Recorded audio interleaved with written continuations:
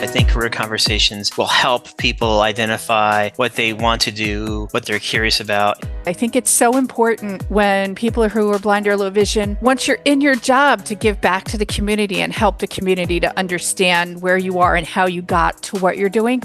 We are doing our second annual Career and Canine Connections with Guide Dogs for the Blind based in San Rafael. And in their Oregon location, we are going to host this 5-day event. And it's geared for 18 to 24-year-olds who are blind or low vision, who are interested in getting and wondering what having a guide dog will be like as a young adult, and who are also interested in career explorations. Employment Connections. Lori, what the heck is Employment Connections, and who thought of that? What were we thinking? The first one was on disclosing disability. The second one was on resume writing. If you're a voc rehab person, counselor, and or person looking for an internship, let us know. Email us at ConnectCenter@aph.org. We'll send you more information. Welcome to Blind Abilities. I'm Jeff Thompson. Today in the studio, I'm so happy to have with me the people from APH ConnectCenter and specifically CareerConnect. And with me is Richard Rueda, who is the Assistant Director at CareerConnect. Richard, welcome. Jeff, thank you so much for having us back. And with us, we have Lori Scharff. And we're going to share with you today some updates on the Connect Center. And Jeff, again, thanks for having us back. It's been a while, and I love Blind Abilities and what you all offer for the community. Lori, you want to say hello? Hi, I'm Lori Scharff, and I focus on the career and employment areas for the Connect Center. And Lori's been with us for about a year and a half, going on a year and a half now. Prior was on our advisory committee. But we're going to give you some really fun updates and throw out some resources, and it'll all point back to the Connect Center, where you can also find CareerConnect. Oh, that's great. Let's dig in. So yeah, we've got quite a few updates to share. I will just start out by giving you and your audience a really quick overview of the Connect Center. The APH Connect Center was born out of the American Foundation for the Blind. We are going on our 6th year with APH, when the services that are now known as the Connect Center, which includes our information and referral line, our directory of services, CareerConnect, Family Connect, and Vision Aware, came over. We didn't have a name. We didn't have a department. So it was coined the Connect Center. And that's what we're all about. We're all about connecting you, the end user, and or your support system to resources that are important to you, information, services, and products out there, whether they're at APH or elsewhere. And we do that through the Connect Center. First and foremost is the INR line. It's a toll-free number people can call and or an email address, and that's connectcenter@aph.org, or toll-free 1-800-232-5463. And that line is staffed 12 hours a day, 5 days a week. We've got 2 people staffing that line currently, and you can always reach them. And if not, a voicemail will get you a phone call back with information you're seeking, whether it's on accessible housing, devices, resources, medical, healthcare, employment resources, you name it. We'll do our best to connect you to that. And we're one of the very few national hotlines out there specifically for blindness, low vision, and even deaf blindness. So I'm really proud of that. And that came over from AFB. Our directory of services is a digital catalog of over 2,000 services and resources specifically for people who are blind or low vision. And we're always updating that. As you can imagine, as one business comes out, another one comes up. And we are working with some interns, which I'll mention later, and how folks might be able to intern with us, who are helping us update that directory of services. We're all encompassing, and the people that staff that line are blind or low vision themselves. So they, in addition to having knowledge in resources, they also have lived experience, which is very beneficial when trying to locate something that's really going to meet your needs. Absolutely. And if our INR folks don't know it, they staff it out to us, our team managers, and we put our heads together and come up with resources. And it's very powerful. So really proud of it. Briefly and quickly, I'll mention that Vision Aware is alive and well. Katie Frederick and Chris Rogers manage that, and they're always putting together updated blogs from the perspective of peers and or professionals, practitioners from vision loss at all ages. As you age and you're looking for resources to remain independent in the home, to vision eye care diseases, it's all up there. It's categorized. And boy, I think Vision Aware has been around 15, 20 years. And we've done a lot to update a lot of our older blogs and update a lot of our health information. So it's modern, it's relevant, and it's useful. Family Connect, Melissa Matthews, our digital content manager, manages that. And likewise, for families of children who are blind blind or low vision, extensive resources on Braille literacy, education, IEP, advocacy, tools for involving your child in the home, whether it's through arts and crafts or other types of things to allow them, permit them, encourage them to engage and be as mainstream as possible. Another really, really good resource with, again, webinars and blogs. But we're going to talk today about CareerConnect. We're really excited to offer some new things that we weren't offering 2 years ago. I think when we last met, we were launching Career Conversations, which I'm proud to say we're about to record episode number 23. And Lori, tell us more about Career Conversations. Sure. So Career Conversations is a webinar that we hold usually between September and June, and those are recorded and then turned over to our YouTube channel. They focus for a whole hour on a person who's blind or low vision or deafblind and their career. The first 20 minutes we spend talking to the person directly about their job. How do they do their job? How did they get to where they are? Nobody starts out at the top. Then we turn it over to questions and answers, questions from our audience so our panelists can answer it. We stick to the chat for those rather than having people ask their question verbally, and we take them directly from the question and answer box in Zoom. We have some great ones that we've done in the past. We have interviewed people who do audio work, managing their own studio. We've done a interview with a blind psychiatrist, a low vision person who does embalming. And this year we'll be focusing on STEM. So starting in April, most of our content is going to be focusing on the STEM areas. So we have some great content in those areas as well. You have a blind geneticist, family geneticist. She works with embryos. Scientist Hobie Wedler, who's a chemistry PhD and talking about some of his projects, and some engineers and other folks in the fall. Mm-hmm. So we're super excited about that. I always say Career Conversations is an evolving library. It's an archive that we are building that'll be out there on YouTube. And it also comes with a bio blog of the person we're interviewing. So that blog is used to promote the event and stands alone so that when teachers and practitioners are looking at the Career Conversations menu, they can say, hey, read this blog and or watch this YouTube video. And I think it spurs a lot of conversations in the classroom and as you begin or continue your career exploration as a young adult or as an adult, maybe wanting to change careers, or you've had sudden vision loss or some vision loss and you think, hey, I want to transition into something else. I think Career Conversations will help people identify what they want to do, what they're curious about. And at the end of each Career Conversations, we ask our guests to share out their LinkedIn profiles. So it's a way to connect with them publicly in a safe space if you want to reach out and do more with that person we've interviewed. What I really like is that you mentioned someone can suggest this to a student, meaning that counselors, family members, this isn't just for students.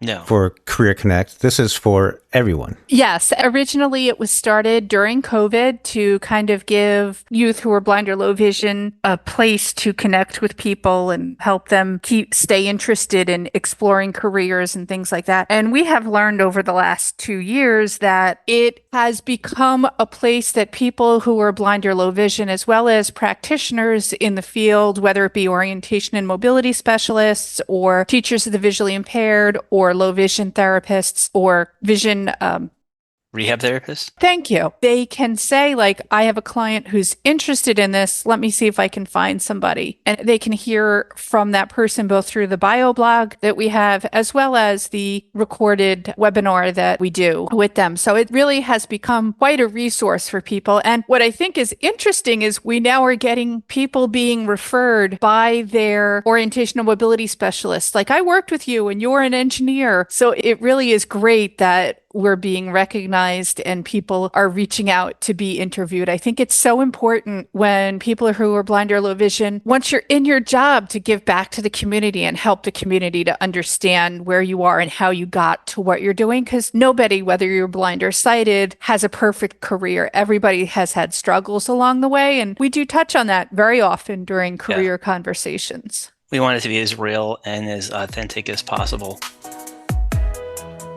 I want to mention Career and Canine Connections before too long, and that is something that's very timely. We are doing our second annual Career and Canine Connections with Guide Dogs for the Blind based in San Rafael, and in their Oregon location, we are going to host this 5-day event. and it's geared for 18 to 24-year-olds who are blind or low vision, who are interested in getting and wondering what having a guide dog will be like as a young adult, and who are also interested in career exploration. So we merged the best of getting a guide dog and career exploration into 1 week, and we do several things, including where students get to have a dog overnight with them in their room. They're not in harness, but they get to understand what grooming and maintaining and taking care of a dog, feeding a dog and taking a dog out is like, as well as getting to explore the guide dog campus in Oregon. But also Lori and I come in and we do several things on the career side alone, where we're talking about basic interviewing skills, how to apply for a job, how do you apply for a job, and when you're with a guide dog, and how does a guide dog interact in the workplace, and those types of things. The other thing is we focus on informational interviewing and researching what a career might be. We also talk about the importance of having good boundaries when you have a guide dog. And yeah, your colleagues might want to pet your dog and touch your dog. And, you have to be careful and set good boundaries because it's all about keeping you safe as a team. And the nice thing is that almost everybody that the youth work with are blind or low vision. All of us are guide dog users. I actually got my first guide dog between my junior and senior year in high school, so I can so relate to where these kids might be.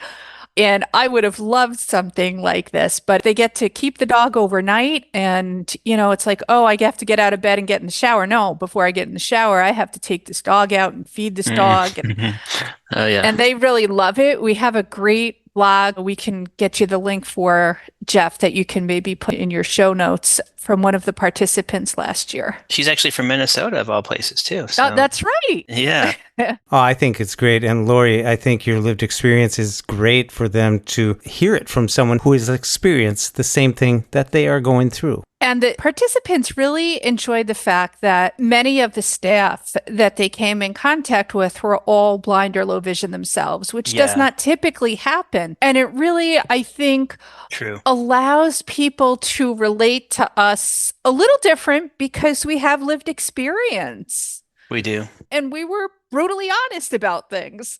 We even inserted kind of a similar career conversations where we brought in folks over Zoom during the evening time who were guide dog users who were working and sharing their experiences. So we had the lady from Nike who was also our career conversations guest, and the lady who worked in the bakery, and then another person, the policy person, Claire Stanley, share their experiences as GDB graduates, because that's where, who's hosting the event, but also sharing their experiences with the dog in the workplace. So we thought that was very powerful. I was really impressed because when you mentioned guide dogs for the blind, that's where my wife Lori went out and got her guide dog, Logan, who is now 12. Aww. And, 2 weeks later, she's back. It was a great experience, not only for her, but for me to experience her navigating the sidewalks and just weaving through people on her way to her employment and just efficiency. I was impressed. But I do have to admit, our other little dog was quite upset when she came back with that dog.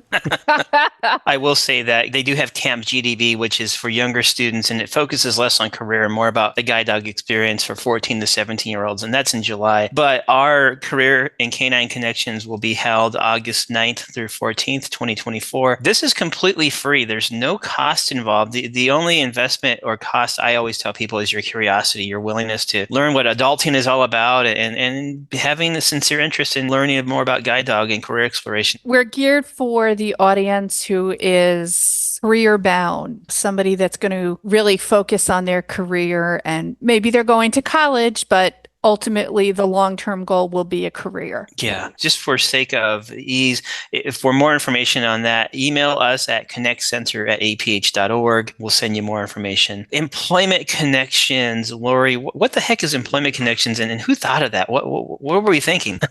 Well, Richard asked if there was anything I thought would be important, and I said, I think a great thing would be to do a quarterly webinar that focuses on topics of interest to people who may be looking for work or struggling in work and things like that. So I came up with a 1.5-page long list of topics. We've only done 2 so far. The first one was on disclosing disability. The second one was on resume writing, and those also are done in the webinar format similar to career conversations, but we focus on one topic for the whole hour. And again, we stick to my questions for the first part, and then we turn it over to audience participation. One thing that I tried to stick with on the one that we did on resume writing was, very often as a person who's totally blind, I would go to things at the local Department of Labor or, different places, and they would have a PowerPoint presentation up or something, and I wouldn't be able to see what was there. And we talked verbally about what goes into a resume, what font would work well. Why do you focus on the tasks written into a job description and taking those tasks and putting them in your resume and your cover letter to highlight your skills, things like that. So it really was a conversation more than like a presentation. And that's really what we're going to stick to going forward with Employment Connections, because we want people to be able to feel like they're coming in, they're sitting down, they're having a cup of coffee with us, and they're learning. So that's what Employment Connections is in a nutshell. And those also can be found archived as part of our YouTube channel. I've got two more things worth mentioning. College Conversations we launched about a year and a half ago. Similar to Employment Connections, they are intended to be quarterly. I think we were able to pull off 3 in 2023. And that really brings our students who are in college, who are on our CareerConnect advisory committee. We have 2 advisory committees, one for practitioners and one for students. And we've asked them to be involved, to build leadership skills. And they all stepped up, and we've put together College Conversations. Again, another offering on YouTube where people can go and check out these webinars that are intended for high school students who are on the fence about going to college. Are they ready for college? Do they have the supports they need for college? So each College Conversations deals with a topic, whether it's financial aid or working while in college or living on campus or learning about campus resources. And we've brought our students on from our advisory committee, as I said, who are either in college, about to go to college, or who have recently graduated. And we try to have a wide perspective of people on that, whether they're attending a large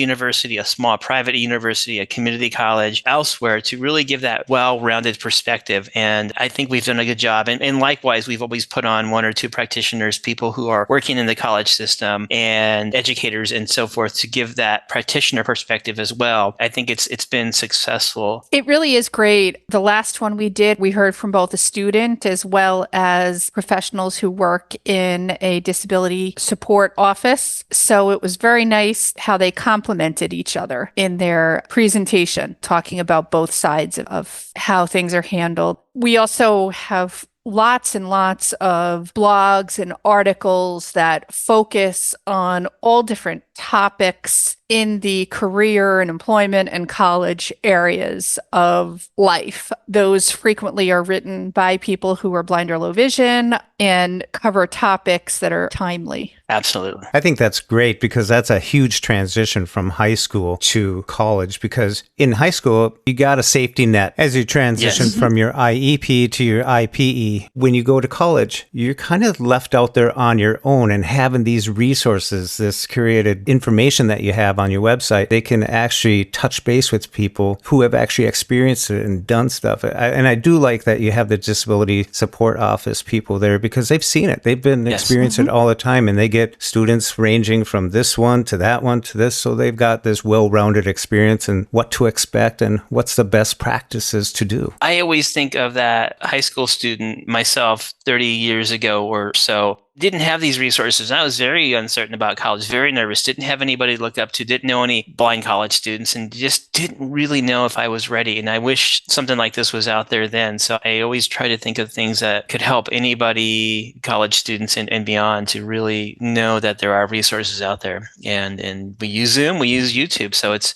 a great vehicle, and it's immediate, it's the fingertips. The last thing I have worth mentioning is we've started this sort of informally. We haven't overly formalized it yet, but we do work with student interns in high school and in college. We worked with Washington Services for the Blind through their Yes 2 program last summer with our outreach department and ConnectCenter. We brought on a young lady who was getting work experience through the School Services for the Blind, their Yes 2 program, and she helped us do various projects, do webinars and write blogs and be a part of some meetings, and gave her work experience. And we thought that was great, because some places are looking for remote work experiences, and we can do that. And over the past year, we've worked with Kentucky Services for the Blind, or the McDowell Center, where they have students at their training center who are wanting to be job ready. So we put them through an internship, and that's evolving. So I guess my ask to the community is, if you're a voc rehab person, counselor, and or person looking for an internship, let us know. Not all internships are paid, and some of them might be unpaid, just good volunteer experience, and some might be paid depending on the state you're coming from. So we're willing to work with you if that's something you want to do. And it's doing a lot of digital things, helping us build social media, writing a blog, or updating our directory of services, and or looking for other resources for various projects we're working on. So I'll leave that as is. But again, if you're interested, email us at connectcenter@aph.org. Everything we've mentioned now and earlier is available at APH ConnectCenter. That's APHConnectCenter.org. Lori, any last minute thoughts or wisdom? You do need to register for our webinars, and you will be sent a link that's unique to you to join the webinar. And our webinars, when they're live, are available for ACVREP credit or CRC credit, which may be of interest to professionals in the field. Yeah, so we're excited to, again, be back and share with you many, many updates since we last visited with you and your audience 2 years ago. Well, it's always a pleasure to have you on the show. Richard, thank you so much for taking the time to come on the Blind Abilities. And Lori, it was nice to meet you. And thank you for coming on the Blind Abilities and sharing what's happening at APHConnectCenter.org/CareerConnect. Check it out, folks. There's a lot of information, a lot of resources to help you choose the career you want. So dig in. Richard, Lori, thank you very much. Our pleasure. Thank you. Thank you. Such a great time talking to Richard and Lori. Be sure to check out the show notes and click on the links. Dig in. You'll be impressed by all the information and resources available from APHConnectCenter.org/CareerConnect. Check it out. For more podcasts with the blindness perspective, check us out on the web at www.blindabilities.com. And be sure to subscribe to the podcast wherever you listen to podcasts. And if you want to leave us some feedback, give us a call at 612-367-6093. We'd love to hear from you. Thanks for listening, and until next time, bye-bye.